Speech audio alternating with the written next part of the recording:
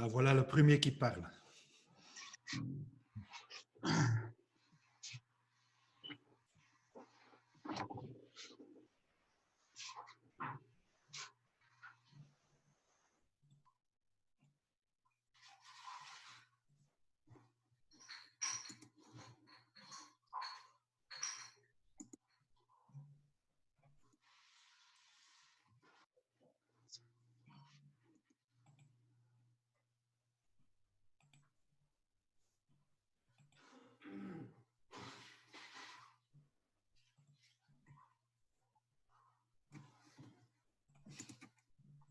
Allô, il y a du son par ici? Oui, il y a du son. Ah, d'accord, d'accord. Je Voilà, m'inquiétais un peu. je vous ai déjà partagé la fiche de discussion, comme ça on a tout ça sous la main en fait.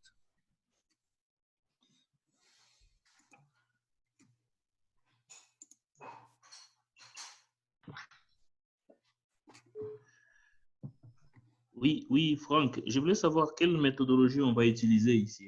Ouais. On travaille d'abord en partie, puis on fait une mise en commun. Oui, en fait, je pense qu'on attend encore peut-être, disons, 2-3 minutes, parce qu'il y a peut-être des Oui. gens qui ne sont pas si rapides pour se connecter sur le groupe. Mm. Et donc, vers 14h45, on commence. Oui.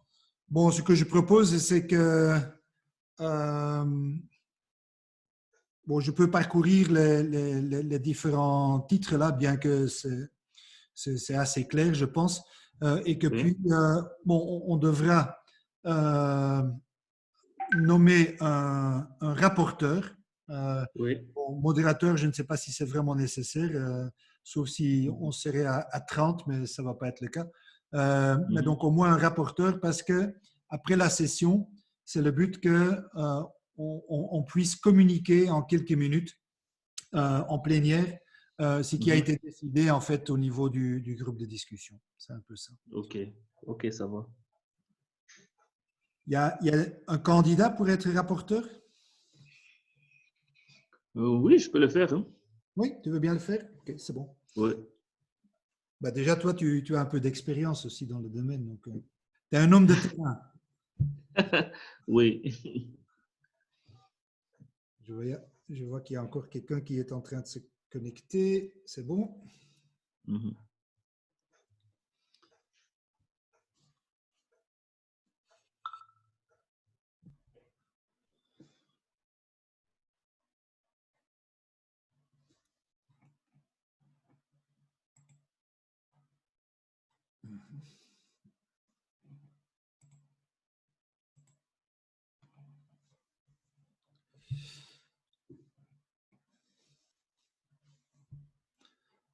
On attend encore 2 minutes et puis on commence. On est déjà 6. C'est déjà pas mal.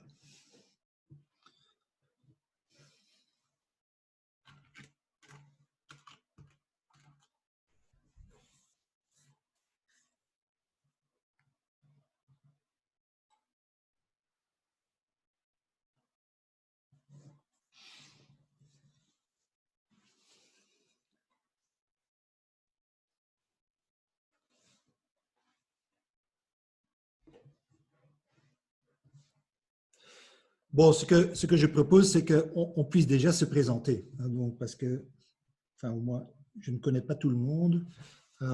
Et donc, que chacun explique un peu ce qu'il est en train de faire bon, rapidement. Hein, donc, je vais commencer avec moi-même. Donc, je suis Frank Verbeek, je suis prof d'informatique médicale et je travaille ou je participe dans l'ANICIS comme président du comité scientifique et technique. Et donc, je fonctionne aussi comme consultant pour l'élaboration du PNDIS.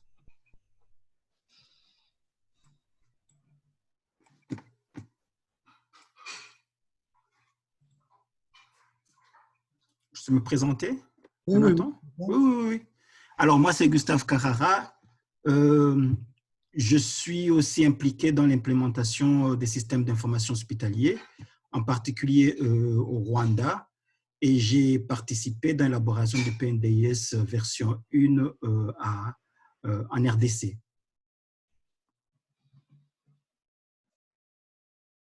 Alors, Dauphin?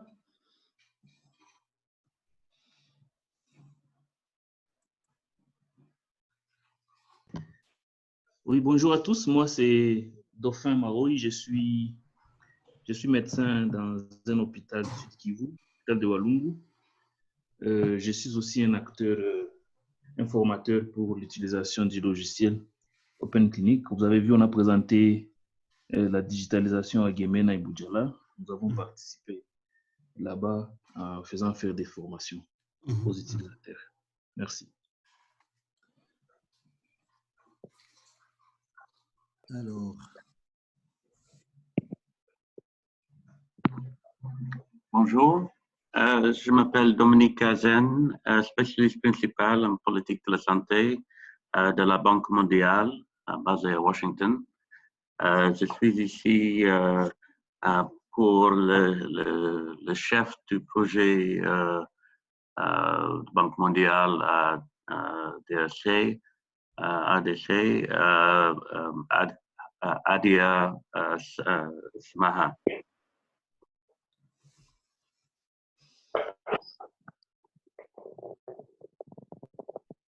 Ok, et Jonathan?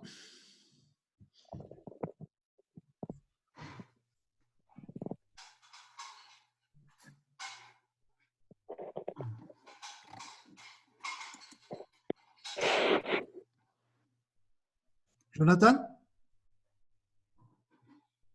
Vous pouvez vous présenter? Oui, vous m'entendez? Oui, oui. Ah, d'accord. Bonjour, moi c'est Jonathan Kanza. Je travaille pour Blue Square comme programme manager chargé d'implémentation des solutions numériques pour la gestion des systèmes sanitaires. Et je travaille aussi en collaboration avec la direction d'une santé primaire en tant que formateur du niveau central en SNIS avec normatif SNIS et DHSU. Ok, bienvenue. Et Amani? Bonjour, je suis Amani Mbale, conseillère en système de santé numérique avec USAID basé à Washington. Bonjour tout le monde. Bonjour. Ok, donc comme on avait proposé tout au début, on va peut-être rapidement parcourir les différents éléments et puis la discussion sera assez ouverte. Donc, quand on regarde ce qui est attendu de nous, c'est d'identifier quels sont les objectifs qui ont été identifiés là, qu'on pense que doivent être retenus.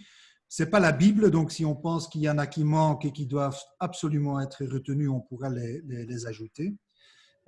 Et puis par après, on va parcourir les stratégies qui sont proposées, regarder si ces stratégies tiennent la route et faire peut-être des remarques. Regarder ce qui peut être réaliste en termes de résultats attendus. Et là, on peut peut-être aussi regarder les ambitions budgétaires là, du programme du PNDIS qui ont été avancées. Et bon, ce qui personnellement m'intéresse beaucoup, c'est de savoir voilà, ce que vous voyez comme facteur de risque, éventuellement d'opportunités qu'on pourrait exploiter. Donc, au niveau des objectifs, ce qui a été prévu pour l'informatisation des structures de soins, c'est de passer à une informatisation assez large des hôpitaux. En même temps aussi donc les hôpitaux, c'est aussi bien les hôpitaux généraux dans les zones de santé que les hôpitaux provinciaux ou les hôpitaux de troisième référence. L'informatisation aussi des centres de santé, l'informatisation des banques de sang, des structures de transfusion sanguine. Dans ces programmes d'informatisation, un aspect important a été réservé dans le cadre de la couverture santé universelle à l'amélioration de la qualité des soins, donc cette orientation patient. Un volet de formation TIC des agents dans les structures de soins, parce que là, on a constaté que les compétences TIC, certainement en zone rurale, sont très faibles. Et puis, trouver des solutions pour pérenniser le financement de la digitalisation. Donc, il y a eu plusieurs questions ce matin. Voilà, si on fait un investissement, dans quelques années, on doit remplacer ces équipements, on doit faire la maintenance, etc. Comment faire? Est-ce qu'on devrait trouver des solutions pour cela? Voilà. Pour les objectifs, là, la discussion est ouverte. Donc, si quelqu'un dit, voilà, ça, je ne trouve pas pertinent, ou il faut encore ajouter ceci ou cela, ou simplement confirmer ce qui est proposé, tout est possible. Donc, vous pouvez laisser vos micros allumés. Hein.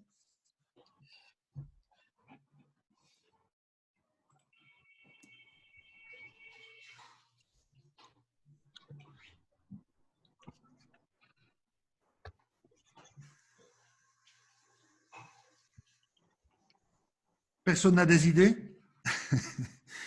Par exemple, l'informatisation des centres de santé, hein, pour un peu animer. Ça vous paraît réaliste? Ça vous paraît prioritaire?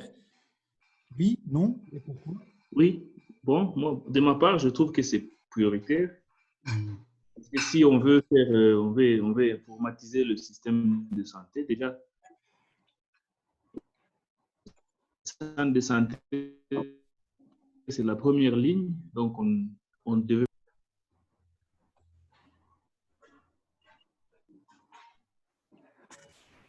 Là, on aura du mal si on allume. Hein. On aura du mal si on allume les micros. On a du mal même à comprendre l'autre. Oui, c'est en concurrence, tu penses? Oui, je trouve que quand vous parliez seul, on vous captait très bien, mais quand nous autres nous allumons, ça complique un peu.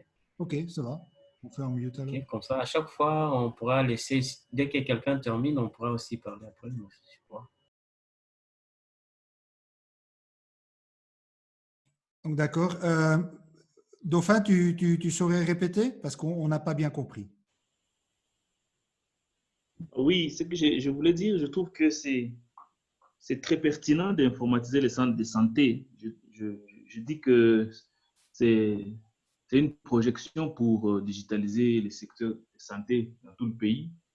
Les centres de santé étant la première ligne pour l'administration des soins, on ne devrait pas se passer des centres de santé, sinon on aurait, dans toute la chaîne de la digitalisation, on aurait raté le plus important, à mon avis.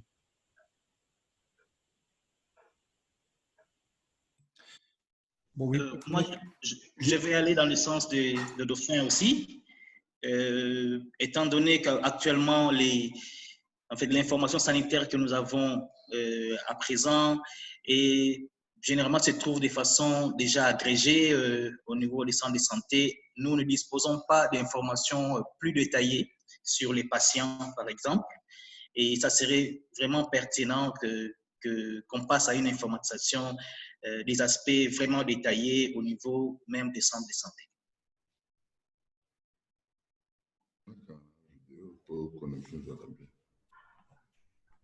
Allô, c'est Manon au téléphone.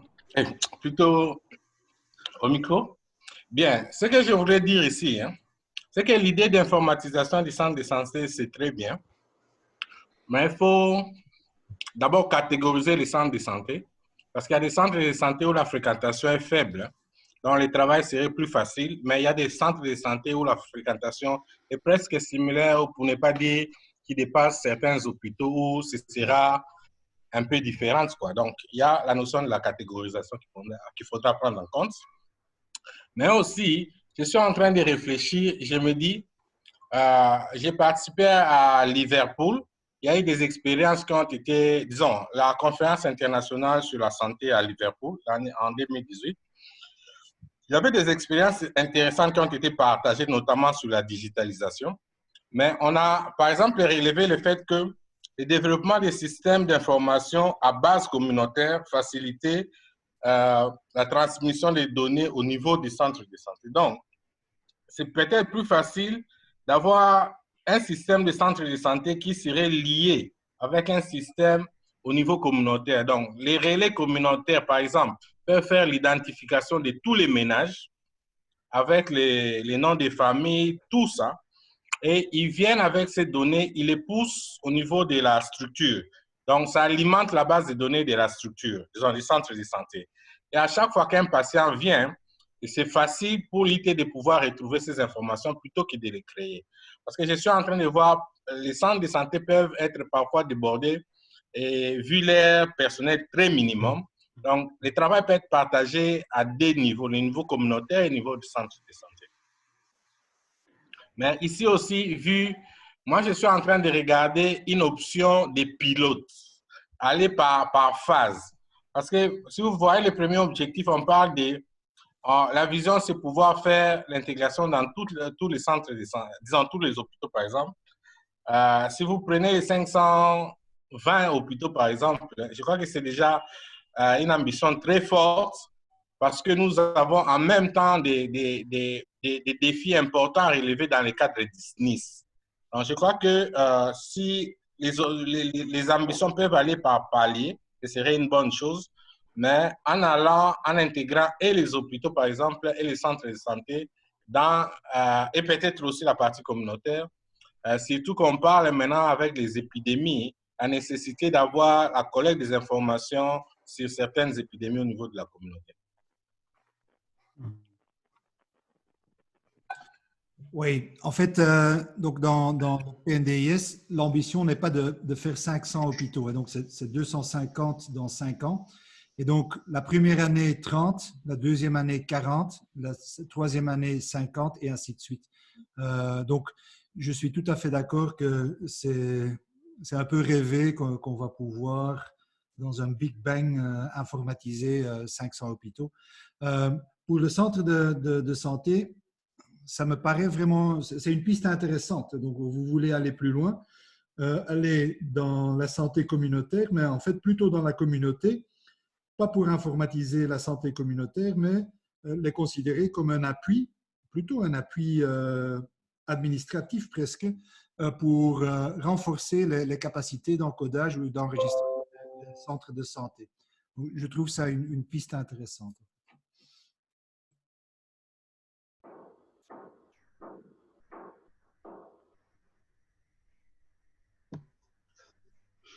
Oui, je voulais ajouter quelque chose par rapport au centre de santé. Bon, le dire comme ça, on a l'impression que c'est difficile. Mais sur le terrain, ce n'est pas très compliqué en fait.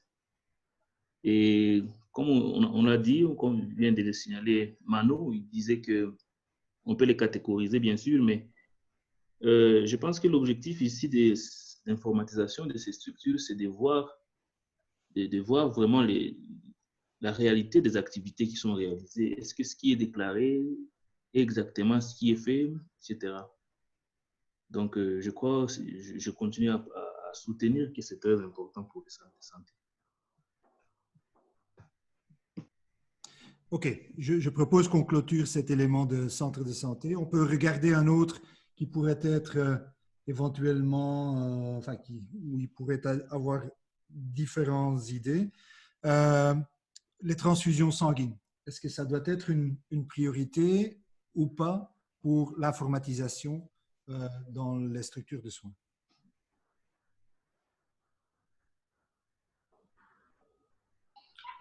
Surtout si on pense que les différents laboratoires devaient être en mesure de pouvoir partager des informations.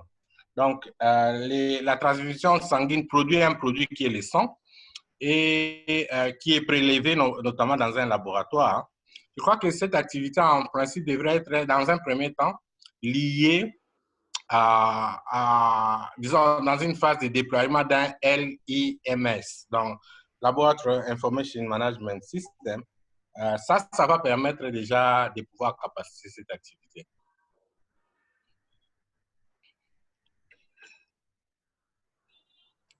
Et en plus, il y a des investissements en cours. Il y a par exemple le PNLT qui a 131 Gene Experts dans pratiquement 130 hôpitaux. Ils ont l'ambition de couvrir 260 hôpitaux d'ici 2023.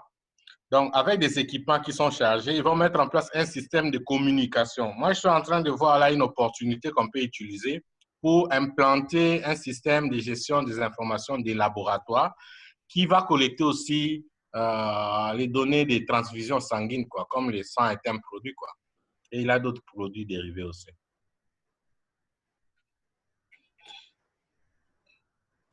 Avec un grand argument de ne pas voir chaque projet comme un projet isolé, mais d'essayer de tout intégrer en fait dans une approche globale.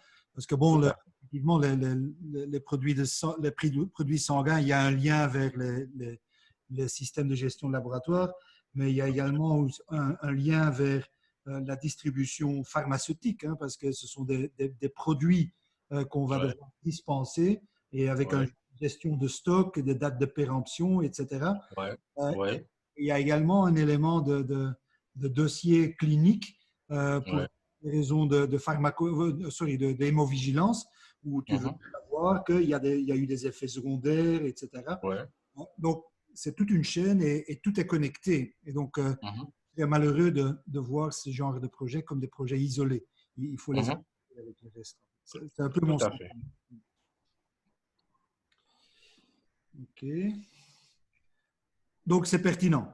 Il faut corriger ces 260 hôpitaux hein, à 2030. Donc, actuellement, c'est 131. La vision s'est amenée à 260 avec une moyenne de un gene expert pour 2 hôpitaux. Ah oui, OK. Très bien. Encore des idées par rapport aux transfusions? Ou est-ce qu'on peut voir un autre élément là? Oui, Franck. Franck, oui. Moi, je pourrais peut-être un peu intervenir sur la banque de sang, hein. Sur un autre aspect aussi, si on arrive quand même aussi à pouvoir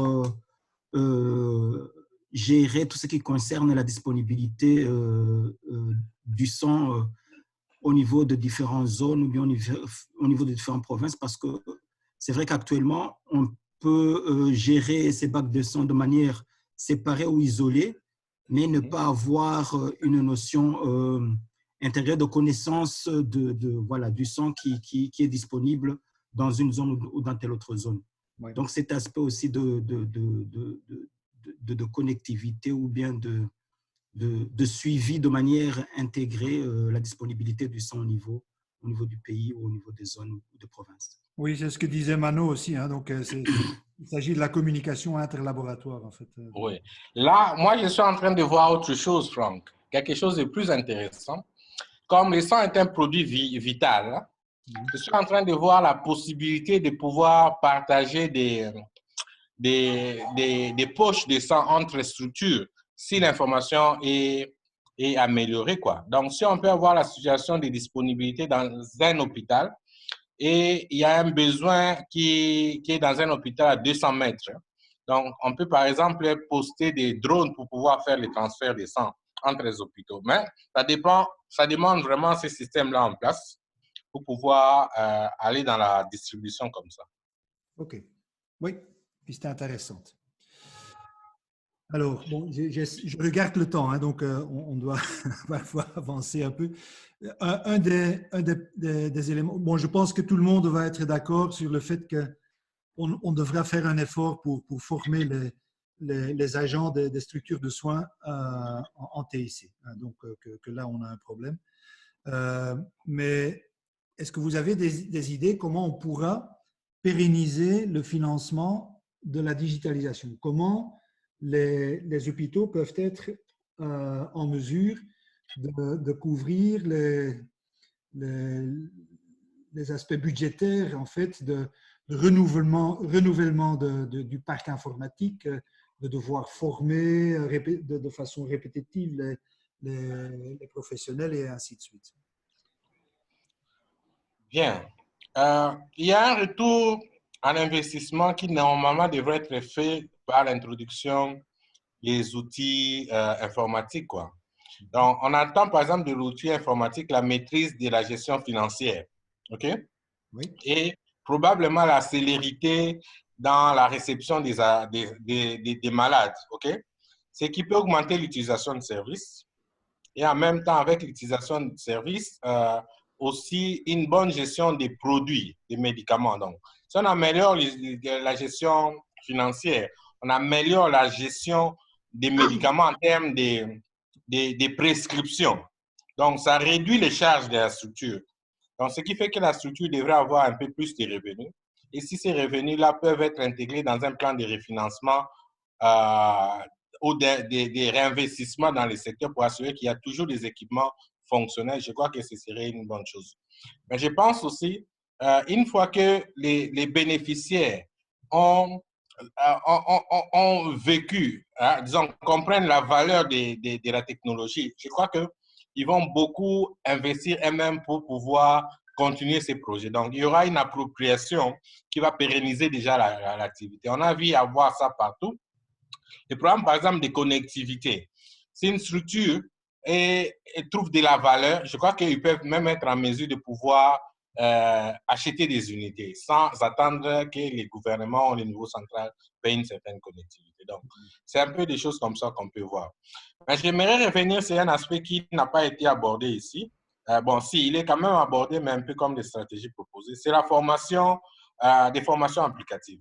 Je crois que l'introduction des outils, des nouvelles technologies au niveau des centres de santé devrait être plus aussi orientée vers la capacitation des prestataires, notamment avec des formations ciblées pour des thématiques comme, par exemple, le SONU, ou la gestion des médicaments, ou même la gestion financière, ou le remplissage des outils. Bon, il y aura très peu d'outils, j'imagine.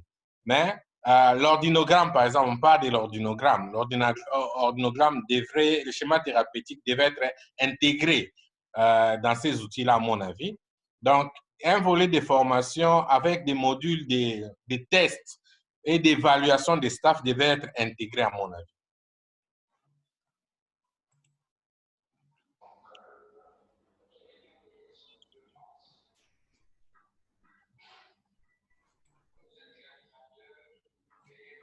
Oui, ok. Donc, en fait, ça veut dire que les formations doivent être très pratiques et ciblées sur des besoins concrets des différentes.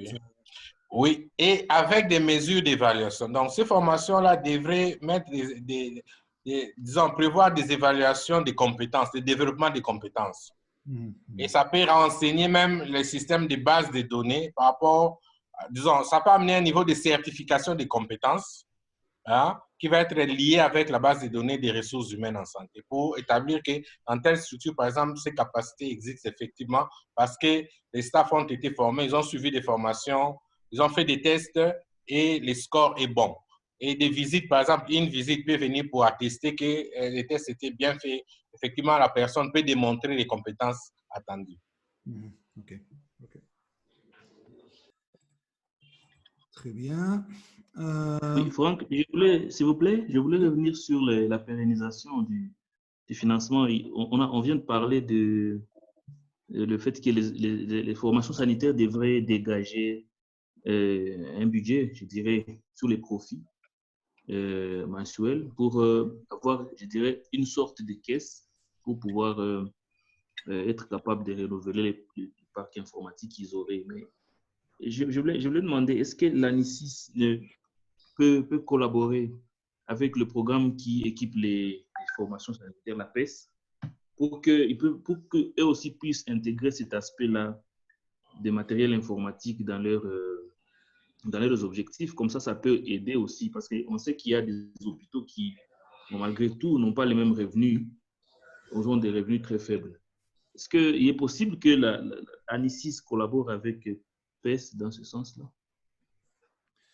Oui, de toute façon, ce sera le cas. Hein, donc, mais il faut rester réaliste. Donc, en fait, on pourra probablement mobiliser des budgets pour informatiser des hôpitaux, mais il doit en fait, c'est nécessaire que ce soit des investissements et pas des coûts opérationnels. Donc, beaucoup de bailleurs ont horreur de financer les coûts opérationnels et sont beaucoup plus intéressés par le financement des investissements.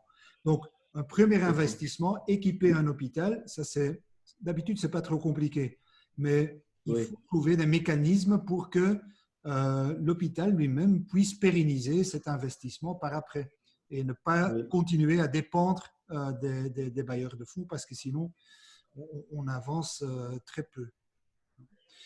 Et Anesys pourra aider dans la mesure où on pourra faire un pooling des moyens et alors essayer d'aider des hôpitaux qui autrement sont complètement dépourvus de bailleurs de fonds ou d'un appui externe. Donc ça, c'est un rôle que l'Anesys pourrait en fait jouer, mais pas pour chaque fois remplacer les équipements, etc. Donc là, on doit trouver des mécanismes qui sont suffisamment pérennes. Par exemple, hein, on pourrait faire passer ça à travers l'achat stratégique, donc le financement basé sur les résultats. Si on aurait une composante ou quelques indicateurs qui font que une fois qu'on est informatisé et qu'on arrive à fournir des informations avec suffisamment de niveau de détail, qu'on aurait un financement supplémentaire, hein, parce que c'est revoir le financement du secteur de santé. Hein. Donc, on aurait un financement supplémentaire, les structures de soins seraient beaucoup plus motivées d'investir justement dans ces indicateurs qui vont renforcer leurs moyens financiers. Et donc là, ce sont des facteurs de pérennisation. Je voulais rentrer un peu sur l'objectif d'amélioration de la qualité des soins. Bon, je sais qu'ici, on est dans le thème des structures de soins. Je voulais savoir, est-ce qu'il sera prévu la formation des évaluateurs? Parce qu'ici, les outils qui sont utilisés dans les formations sanitaires, souvent, c'est très différent de ce que les évaluateurs ont. Tout à fait. Non, là, tu mets vraiment le doigt dans la plaie. C'est ce qu'on a vu à Yémena et à Boudjala aussi. Hein. Donc, on a formé les gens dans les hôpitaux, même dans quelques centres de santé. Et puis, ils sont super frustrés parce que ça améliore leur prise en charge des patients. Et puis, il y a les évaluateurs qui viennent, qui ne connaissent pas du tout le système, qui vont évaluer sur base d'instruments papier, mais qui n'ont plus. Et ils vont avoir des mauvais points parce qu'ils sont modernisés, donc c'est qui ne tient pas la route. Évidemment, pour les évaluateurs, c'est très frustrant aussi parce qu'eux, ils ne maîtrisent pas l'outil informatique pour pouvoir évaluer directement sur le dossier patient électronique. Et donc, les évaluateurs ont demandé explicitement de pouvoir être formés également sur les mêmes instruments. C'est fondamental.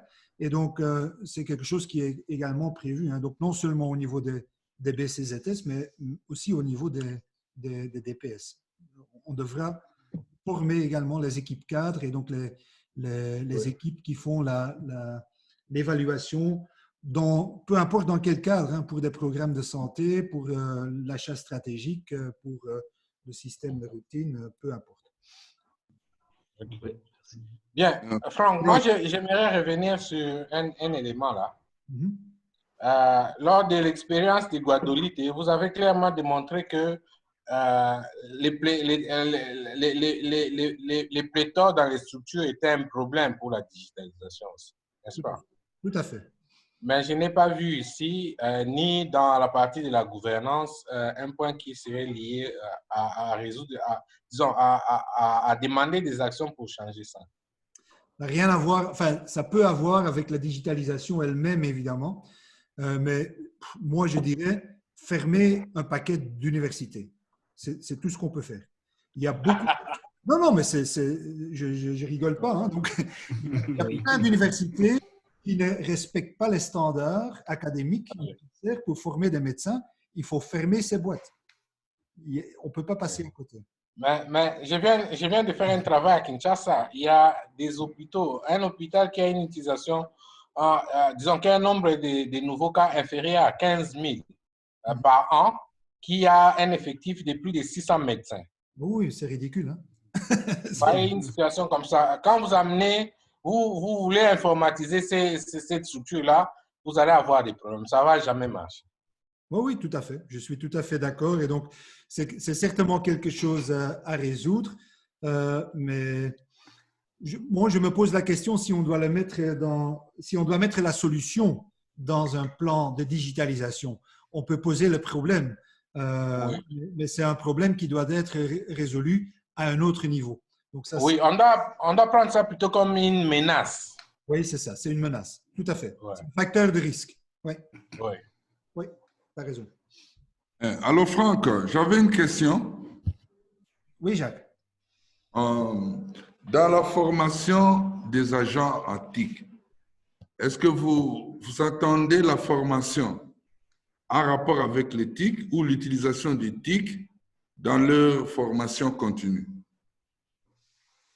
Bon, les TIC en soi, ça ne m'intéresse pas trop, hein, donc, mais c'est qu'ils puissent être capables de correctement utiliser leurs outils métiers, donc par exemple un système de gestion laboratoire pour un laborantin, le système de la pharmacie pour un pharmacien, le dossier patient pour un médecin, qu'ils puissent l'utiliser correctement sans voir encore l'ordinateur ou la tablette, donc l'outil comme un obstacle. Donc, ils doivent être formés jusqu'à un niveau où ils commencent à considérer cet outil informatique comme un vrai outil de travail, comme ils le font maintenant avec un bic et le papier. En fait.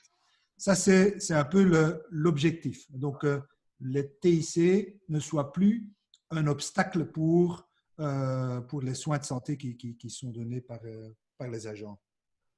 OK, OK. Alors, où est-ce que nous placerons l'opportunité de former les prestataires à rendre de bons services en utilisant les avantages que nous donne l'éthique? C'est dans le pilier formation ou dans l'informatisation de formation sanitaire. Par exemple, les ordinogrammes. Oui. En fait, là où je vois un lien, hein, c'est avec la couverture santé universelle. Et donc, on doit essayer de combiner la couverture santé universelle avec l'achat stratégique, donc le financement basé sur les résultats, où on va payer pour une meilleure qualité. Alors, un médecin qui gère bien ses données, donc il y a une documentation complète du dossier, il utilise les ordinogrammes ou d'autres instruments d'aide à la décision clinique, il va beaucoup plus adhérer aux normes et aux stratégies nationales de prise en charge de patients. Et donc, on va pouvoir évaluer la qualité de soins. Donc, quelqu'un qui adhère mieux aux guides de bonne pratique qui ont été établis, ben, il devrait pouvoir gagner des points et donc être rémunéré en fonction de ça. Donc, il doit y avoir, si tu le veux ou pas, hein, il doit y avoir toujours un intérêt personnel, un retour sur l'investissement personnel pour l'utilisateur final. Et donc, si on peut leur faire comprendre que ça passe par des outils d'amélioration de qualité de soins, tout le monde gagne. Aussi bien le patient que le système de santé et le professionnel de santé individuel.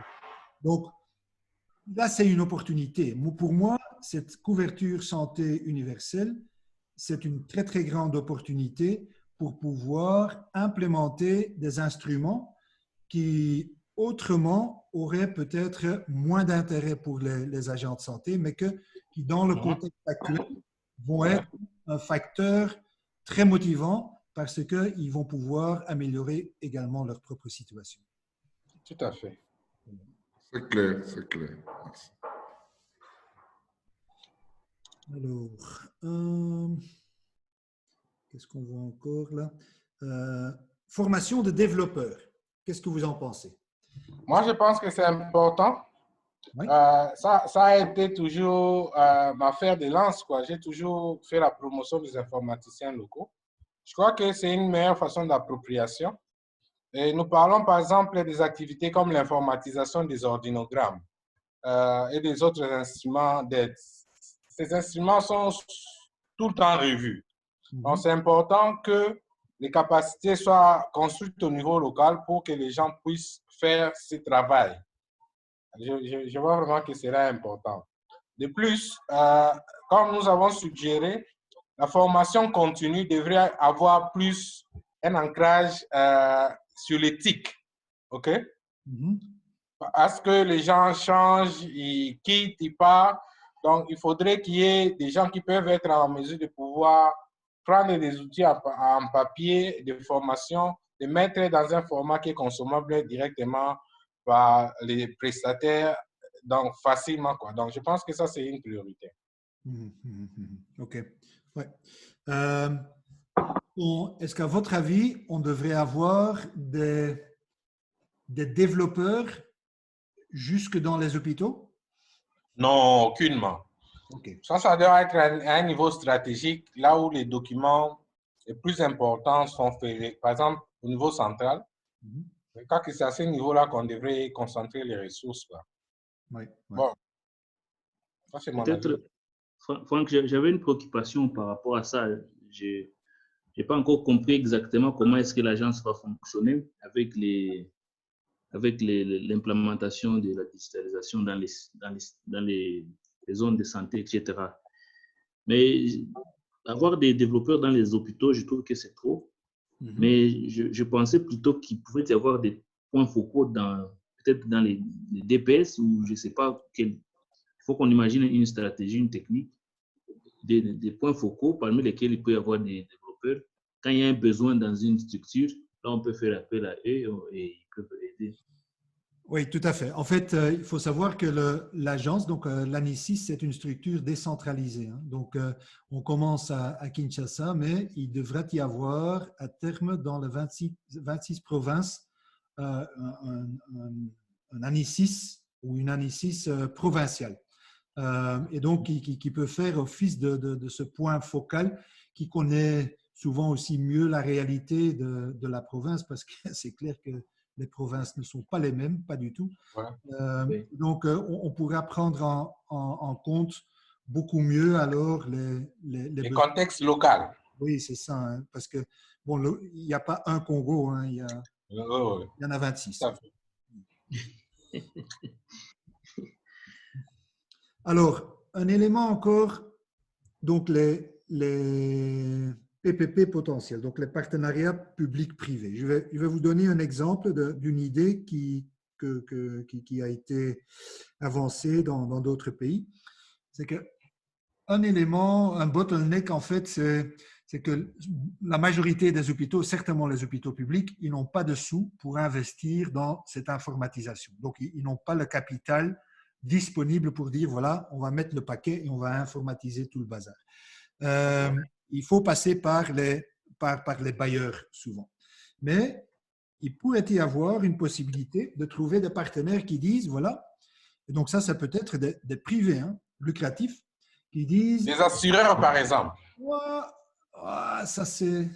Là, j'aurais horreur de les voir investir là-dedans. Mais non, vraiment, plutôt des privés indépendants, mais donc des boîtes d'informatique hein, qui disent, voilà, on informatise l'hôpital, on met tout. On met les ordis, le réseau, on fait de sorte que tout fonctionne. Avec le logiciel, on fait les formations, etc.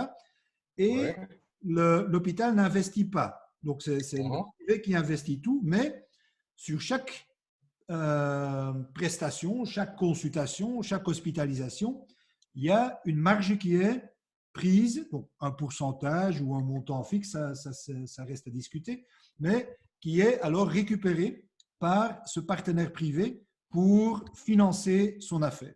Donc, le partenaire privé ainsi, il a intérêt à ce que tout fonctionne, parce que si ça ne fonctionne pas, il ne va pas avoir des recettes. D'un autre côté, il va, avec un bon système, il va connaître au franc près ce qui entre et ce qui sort de l'hôpital. Donc, c'est assez transparent. Et donc, il y a quand même des banques et des privés qui pourraient être intéressés dans ce modèle. Mais est-ce que c'est quelque chose qui pourrait passer, à votre avis, en RDC? Oui, moi, j'ai pensé déjà à ce genre de modèle. C'est très intéressant, quoi. Ça permet aux gens d'investir dans des choses qui sont sociales et d'avoir un retour en investissement aussi. Bon, il faut examiner tout ça. Mais ce qui serait important par rapport à cela, c'est assurer qu'il y a un cadre légal qui organise ça de façon où les privés, quand ils investissent, ils ne perdent pas leurs ressources, quoi. Oui. Donc, il y a beaucoup de travail à faire en termes de législation à faire. Oui, mais ça peut être le rôle de l'ANICIS, hein, entre autres. Oui. Les autres? Je crois aussi que, oui, c'est Amani ici. Je crois aussi qu'il faudra que la qualité des services au niveau de l'hôpital soit liée à ça aussi. Parce que si la citoyenne n'est pas convaincue qu'ils peuvent recevoir des bons services au niveau de cet hôpital, donc la demande ne va pas nécessairement valoir l'investissement le secteur privé. Donc, je trouve que le lien entre le secteur privé et l'investissement dans l'hôpital est une bonne idée, mais ça ne peut pas être séparé de la qualité du soin de l'hôpital même. Okay. Je suis tout à fait d'accord. Ouais.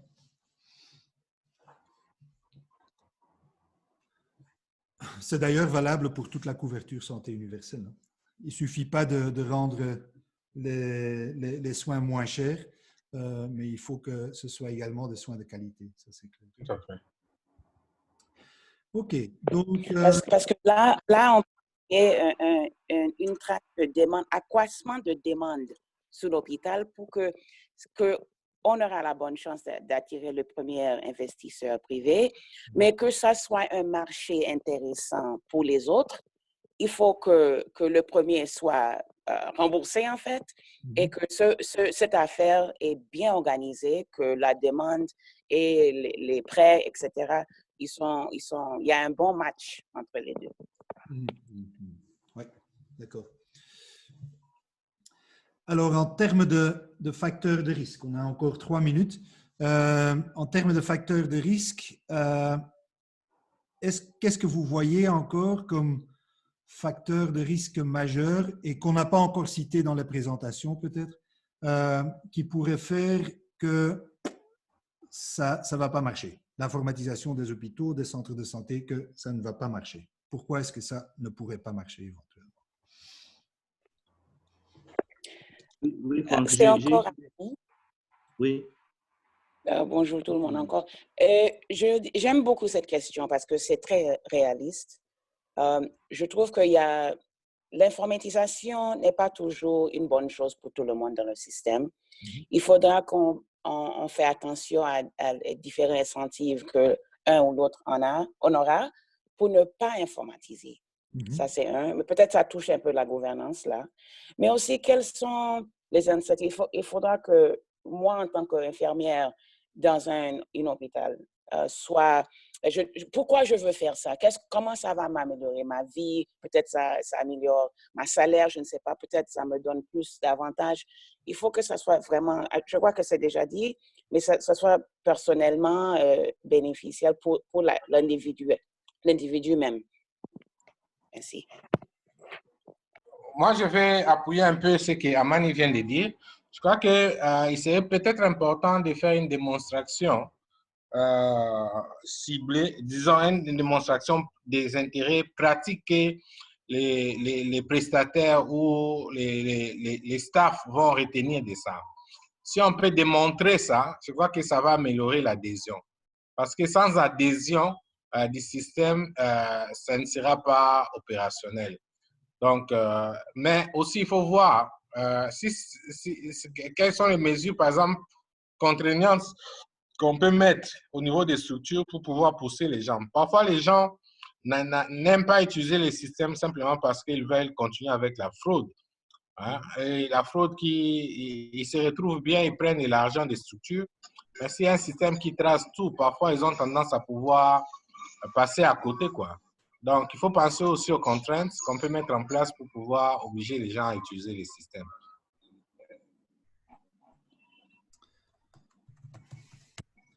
OK. Bon, malheureusement, on va devoir clôturer ici parce qu'on est sans... S'il vous plaît, Franck, moi j'avais une question par rapport à l'insécurité dans certains points du pays. Est-ce qu'on y a pensé? Comment? Oui, les vols des équipements, tout ça. Oui. Voilà. les tablettes sont des choses prisées. Tout le monde peut utiliser une tablette à la maison. Donc, Oui. les rebelles peuvent passer, prendre les tablettes et aller vendre sur le marché. C'est tout ça, quoi. Oui. En fait, j'ai été impliqué dans l'informatisation. Je pense que ça va bientôt faire une centaine de structures. Et ce n'est pas vraiment, jusqu'à maintenant, ça n'a pas été un problème important. Bon, certes que de temps en temps, on a des cas de vol, mais ça ne semble pas être un facteur majeur pour être responsable pour l'échec d'un projet. Loin de ça. Je ne sais pas pourquoi. Hein. Donc, c'est peut-être le facteur d'appropriation, qu'il y a plus de contrôle social que les autres avec lesquels les gens travaillent ne vont pas accepter que le matériel disparaisse. Mais jusqu'à maintenant, je ne vois pas ça comme un grand problème avec les projets d'informatisation qu'on a déjà fait. Chez toi, Dauphin, est-ce qu'il y a beaucoup de matériel qui a disparu? Parce qu'à Walungu, on a informatisé aussi. Hein? Non, il n'y a pas beaucoup de matériel qui est disparu. Non, pas du tout. OK. Bon, on va clôturer ici. Donc, je vous remercie tous pour votre participation. C'était intéressant. Et bon, Dauphin, tu as pu collecter les différents éléments pour le rapportage? Oui, j'étais en train de suivre sur ton notepad, mais je n'ai pas. Ah oui, je suis en train de le partager encore, c'est vrai. Je n'ai pas tout compris. Fais attention, en fait. Voilà, comme ça, tu as ça. Je l'ai fait aussi, Franck. Hein? J'ai pris des notes. Ah oui, OK, ça va. Comme ça, vous pouvez éventuellement, donc Jacques, tu peux assister, Dauphin, peut-être avec le rapportage. Okay. Oui, moi j'ai essayé d'entrer dans le groupe gouvernance, ce n'était pas fonctionné. Est-ce qu'on a pu faire quelque chose là-bas? Je ne sais pas. Je ne sais pas. Merci beaucoup. J'étais pas dedans. On va voir.